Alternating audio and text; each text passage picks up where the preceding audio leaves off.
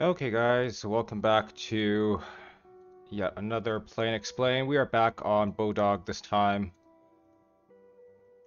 As expected, my last video with the 4 tabling had substantially less viewership. Um, and that's kind of just the unfortunate thing. Like, I really did expect it. 4 tables are just not as fast, less engaging, and yeah, the whole deal with YouTube is that if you're if people click off your video early, it really hurts your engagement. So here, facing the 3-bet King 7 of clubs is actually a mix between call and fold. We'll be calling it this time.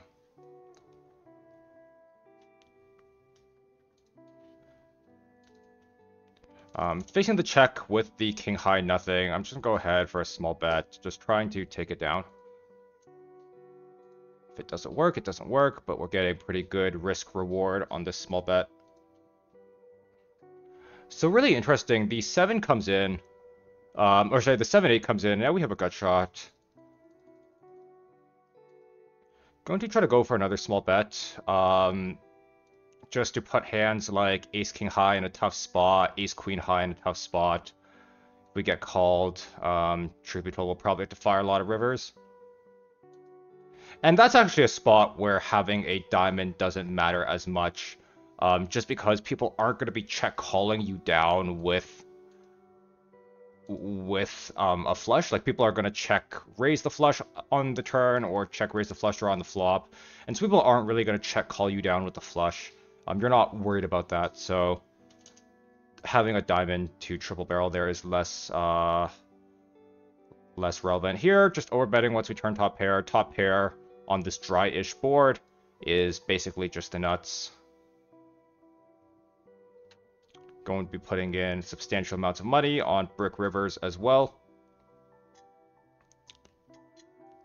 If I look a little sweaty, it's because I just got back from the gym. I've got into a bad habit of going into my building's gym 3 minutes before it closes to sneak in a 15-minute run when I very well could go before. I just kind of choose to not. Super bad habit.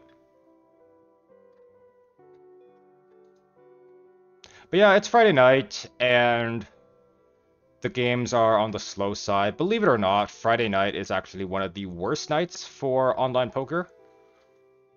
And really that's just because all the fish are, well, they're out spending time with their friends and family. And like, why would you, like, if you're just playing poker for fun, why would you go and punt off thousands of dollars on a Friday night when you could go do it at the club or, I don't know, just like hang out with your family and shit. Yeah, all the punting really happens between Monday and Friday, like Monday to Thursday. Bored on a Thursday night, and so nothing to do. Yeah. So if you're an online player trying to stick around Friday nights just to get action, like, don't bother. Like, if you have plans, if you have a life, go live that life. Go live that life. You are not missing out on that much. Because if there was more action, I would be playing instead of making a video.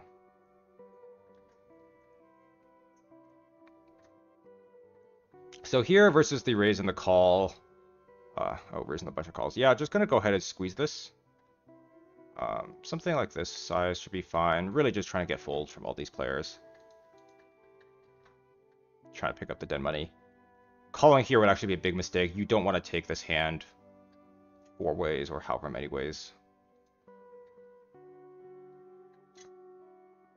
Check it back here. This hand could definitely barrel, but it's on the weaker side. It's on the weaker side, and as such, we just want to check it back and play a little more passively. And obviously never folding once we check it back.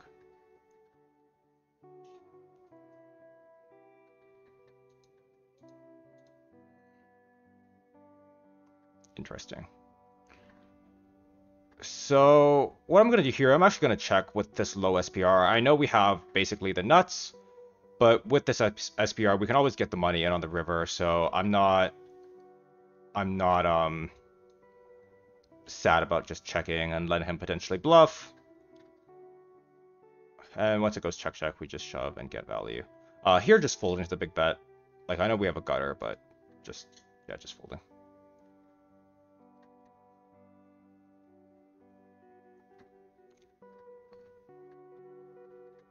Important there on the right to not always just auto bet your value, because if you always bet your value, then you just have nothing when you check.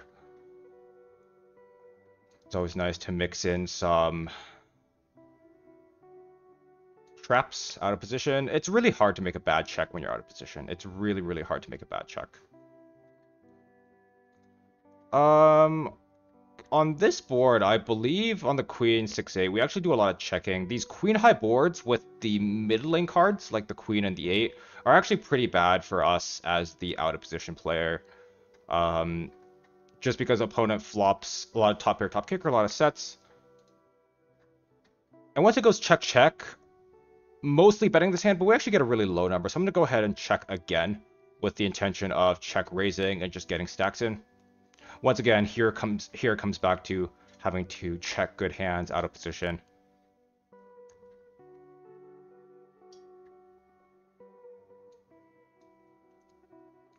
Yeah, so going to check raise and look to jam the river.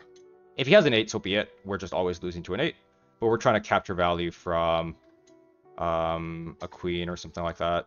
A queen, a lower pair, a flush draw. And just folding here to the double barrel. Our bluffs here would look like basically just like flush draws. Flush draws, maybe something like ace jack with the ace of diamonds or the ace of clubs. I might have gone a little bit too big on the check raise there. It kind of puts an awkward size on the river SPR. Got a little distracted, and I probably should have just gone slightly smaller. Here, raising big versus the limp. Oops, and not folding sevens.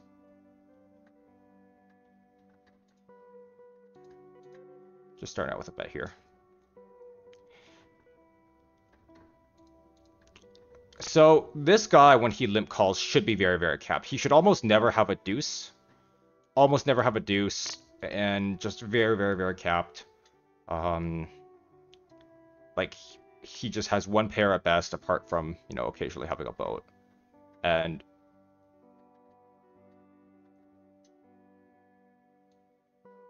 what the fuck happened here? And into that range, I'm honestly content to just,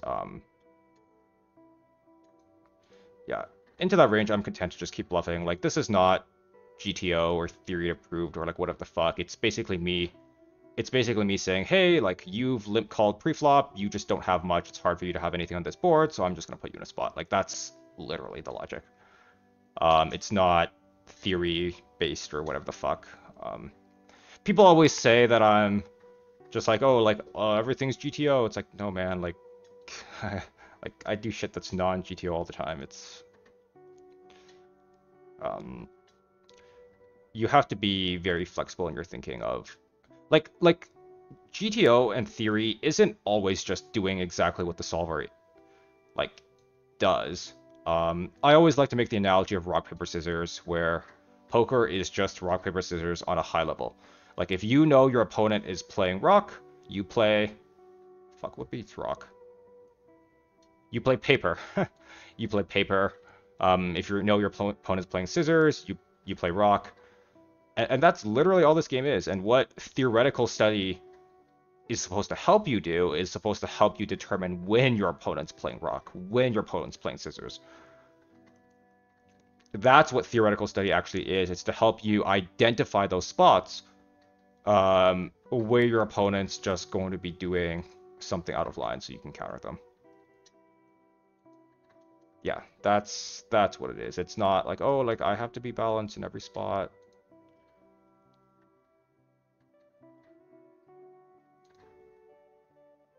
Raise and a call. Going to call once, but this hand is already not as strong as you might think. Like, we're calling, but we're really not happy about this call. Versus two people, our hand gets substantially weaker. And if we face a bet and a call on the turn, I'm probably just gonna muck it. Maybe. Maybe.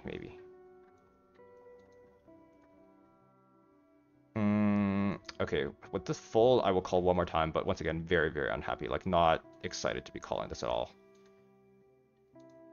And if he sneezes on the pot on the river, I'm just folding. Yeah, really only calling there because occasionally we chop with ace queen.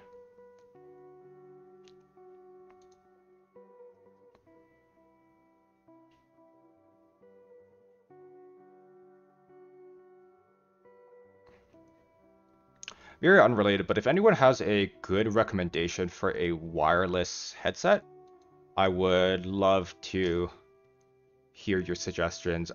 This current one is wireless that I have, but it drives me up the wall how I have to plug it in with a cable. Like, I always forget to plug it in after I'm done, and when I need it, it's always dead, so it's like effectively not wireless. If anyone has a headset recommendation that just has like a good quality wireless headset with a mic and it either comes with like a charging stand or some sort of wireless charging where you can just put it down somewhere and it charges, that would be wonderful. That would be truly, truly wonderful.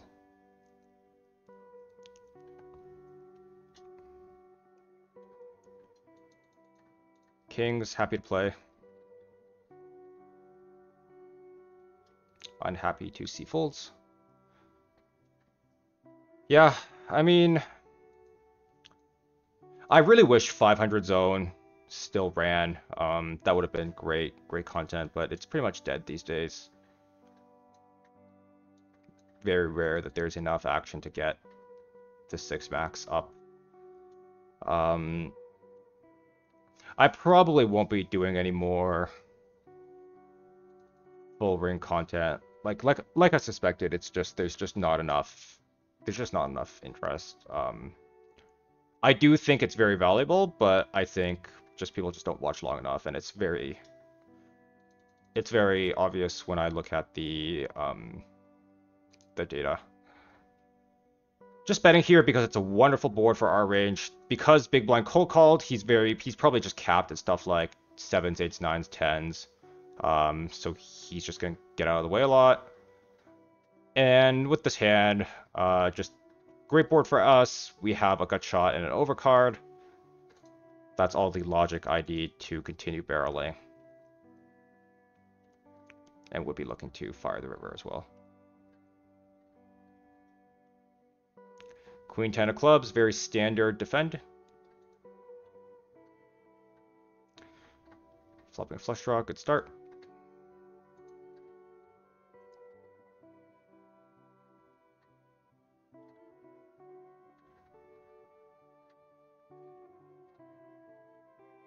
Calling here with our flush draw and checking here with our top pair. So this is really interesting. If we bet and we get jammed on, it's really, really sad. So because of that, I'm actually going to just check back and look to realize our equity. And this, honestly, I'm probably just going to muck. Yeah, once we face the stab, I'm just going to fold. The only reason that we're checking back here on the turn and not stabbing ourselves is that if we bet and he check raises all in, it's kind of just a horrible situation, and that's just really, really unhappy. Okay, it seems like the table froze. Oh, okay, we're back. Oh god, I was worried I'd have to re-record this whole thing. Dude, the worst thing is when you record something and it just isn't there and you have to re-record. Like, that's honestly more tilting to me than getting bad beat or whatever. I think the last video I posted or like some other video, I was talking about how I was tilted because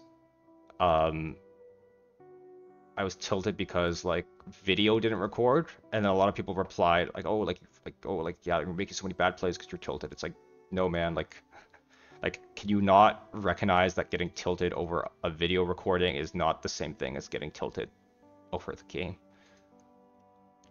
Like, I I don't see how those two things are related. I can be upset about a video and still play my game fine. So when we get the call, like the two calls out of position, have to do a lot of checking to two people when there's two people out of position. And here, just going to continue barreling with the gut shot on a great turn for us.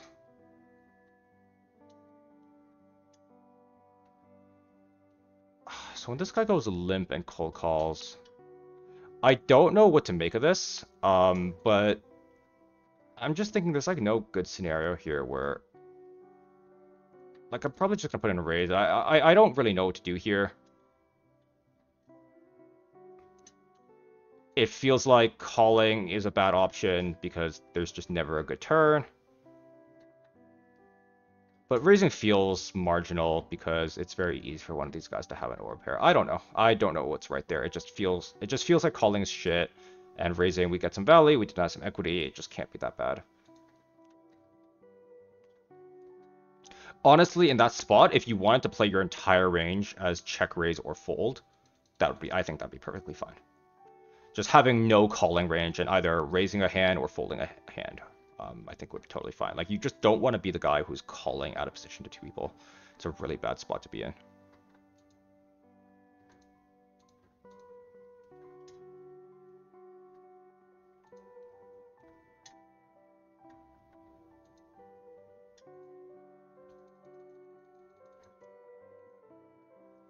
I think someone made a comment on how I've lost every play and explain. Like, every play and explain I've done, I've just lost. Maybe that's true. I don't know. I'm not keeping track of it. Yeah, people are so results oriented that it's really crazy. Like, it doesn't matter if I lose this one and the next one and the one after that. Like, it doesn't matter. Like, now if I lost every play and explain video for 6 months straight, that would be a problem. But people don't really realize like how bad variance is and how here I'm just actually gonna fold. I'm actually just gonna fold because he should be squeezing a range that's stronger than average because this guy's short. Like, this guy has to squeeze with the understanding that if this guy backjams, he's priced in to call any bet. So because of that, he has to squeeze stronger, and therefore you don't want to be just calling into a stronger range.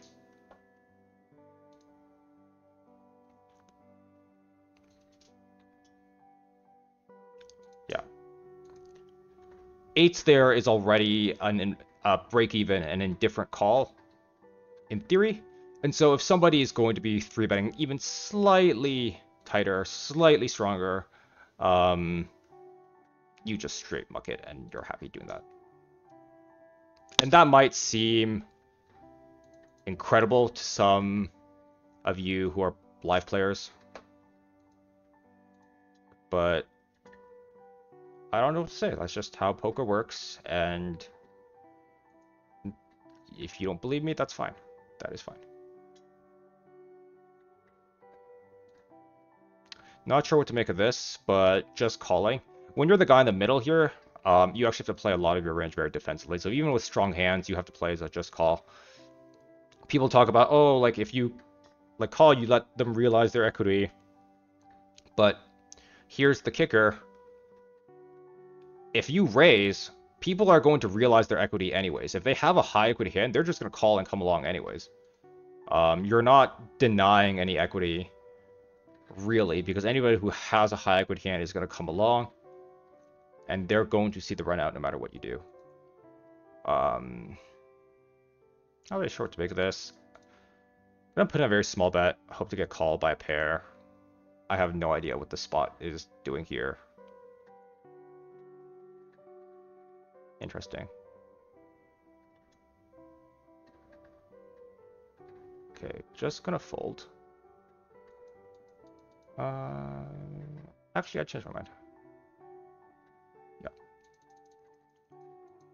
I was gonna. My first instinct was to fold, and then I really thought about how many NX combos that guy has. when he limp calls, and it just wasn't that many.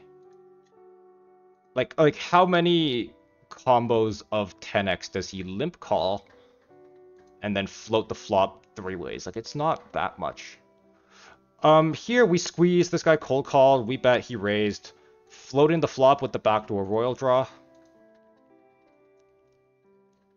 Very, very, very suspicious of his line. Nothing we can do here, I think, with this hand, but I'm very suspicious. Like, he shouldn't be having an 8 that often when he cold calls and calls again. If I had a hand like kings or queens there, I'd probably call down. But with king queen, there's just nothing you could do. But yeah, on the hand on the right, my initial instinct was like, oh, like there's like a straight out there, I'd probably just fold. But then I just thought about like, okay, like how often does this guy limp call or just like limp a 10 and then overfloat a 10 on the flop, and it just wasn't that often. Like there just weren't that many combos.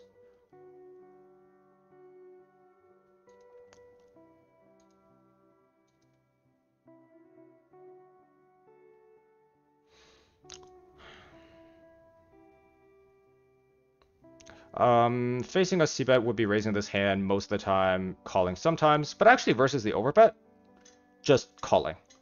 This might seem very passive to you guys, but versus a bet this big, you're actually supposed to do a lot of slow playing. Even with sets and stuff, just calling. Because when he overbets the flop, he's already saying he's extremely, extremely polar. He's saying he has a very good hand or a bluff. And versus into that range, like his good hands are either going to continue firing and put money into the pot for you, or his bluffs are going to keep bluffing and put money into the pot for you.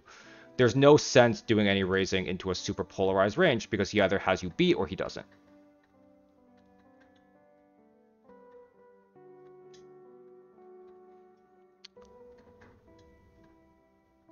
I am probably... Okay, honestly, if he bet any bigger, I'd probably just fold. But versus this size, I don't think we can fold.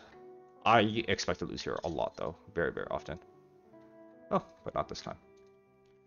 Yeah, and that's kind of what I mean. Like, when people polarize their range that much, they either have you beat or they don't. And if they have you beat, you don't want to raise. And if they don't have you beat and they just have air, well, you don't want to raise anyways. A lot of people just raise because they don't want to have to navigate the uncomfortable run out and the uncomfortable decision. Well, I have news for you if you're one of those people. Poker is about making uncomfortable decisions. If you're just making decisions to avoid discomfort, yeah, you're just going to lose. You're just going to get run over by people who are comfortable making those uncomfortable decisions.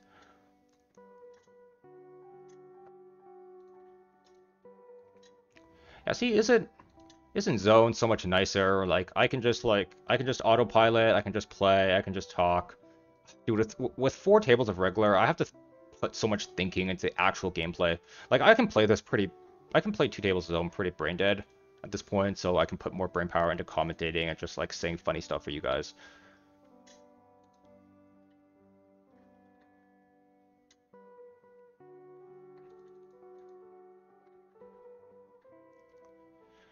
I do wish there were still a site that ran fast fold at higher stakes, though. That would be nice.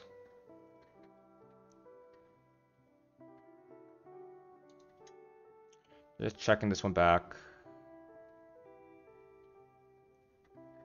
Checking back and expecting to be good sometimes, actually. If we had a weaker, like even a slightly weaker hand, I would just look to bluff it, though.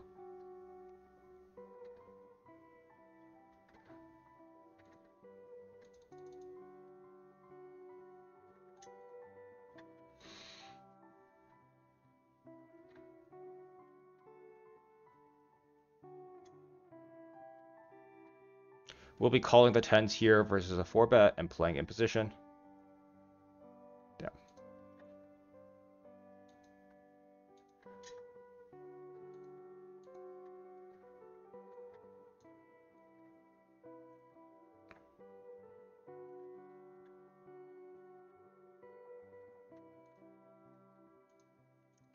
Probably got another 10 minutes, 5 minutes of this left in me.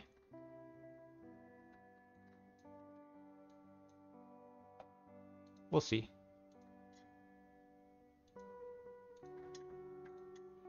We will see, we will see.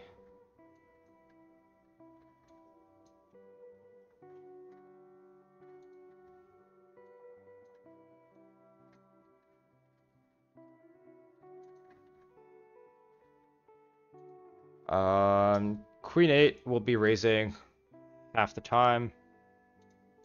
Okay, we get the raise.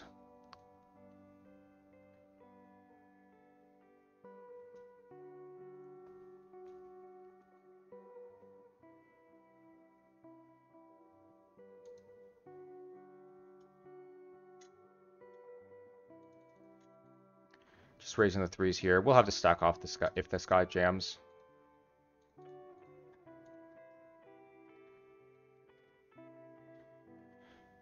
Just checking this one back. Let's hope for a 3 clubs. Nope. Do we ever get to bluff this? It probably wins sometimes. Nice.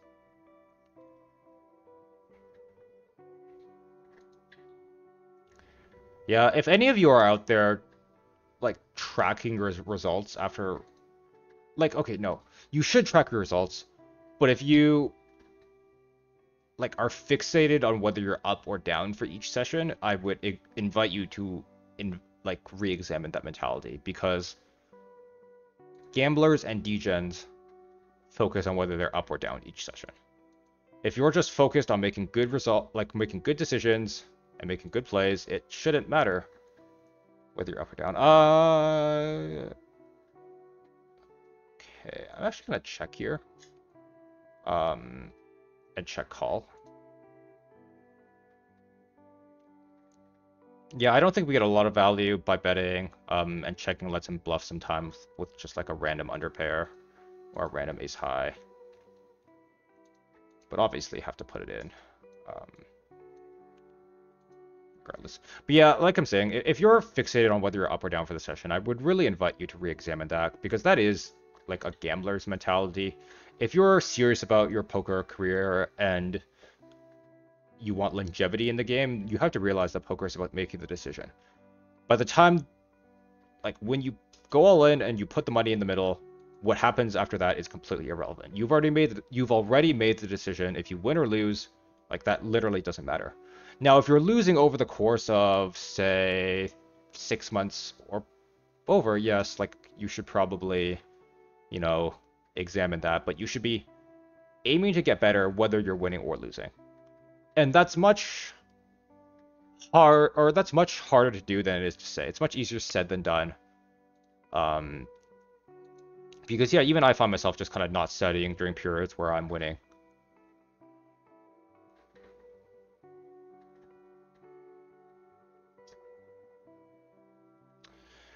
Just putting in a one and done stab here on the flop, hoping he folds like a random jack high or something, but once he calls, he just solidly has something, and I don't think this is the hand we want to be bluffing with. If we're gonna run a multi-street bluff, we want something with more equity. We want something with slightly more equity.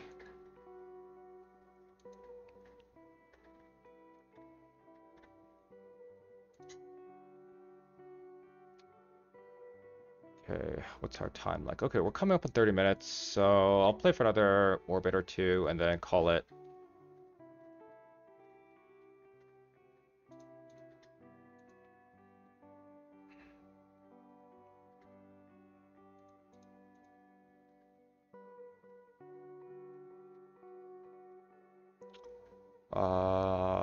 Yeah, just checking this one back. I'm probably looking to call reasonably often on the river. Versus this half-pot bet, this might seem crazy to some of you, but I'm actually going to stick it in. He has a lot of potential random hands he could be bluffing with, and yeah, like a lot of people are just going to bet way too polar on that board, meaning they're just going to bet a straight or nothing, and people just don't have straights that often. I don't know what to say. Like, he'll have a random garbage hand a lot more often than he has a straight. Or flush. Okay, getting this in versus the wreck. Nice.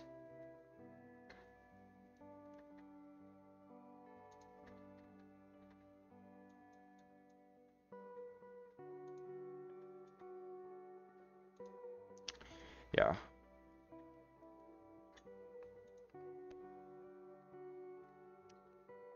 Cool. I will probably sit out.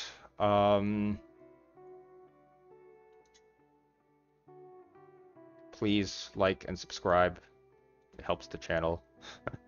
God, I never thought I'd capture myself saying that, but it is true. Okay, we'll play this 7-8 of diamonds. We'll play this, and then we'll cut the video. Play this 7-8 of diamonds. Come on.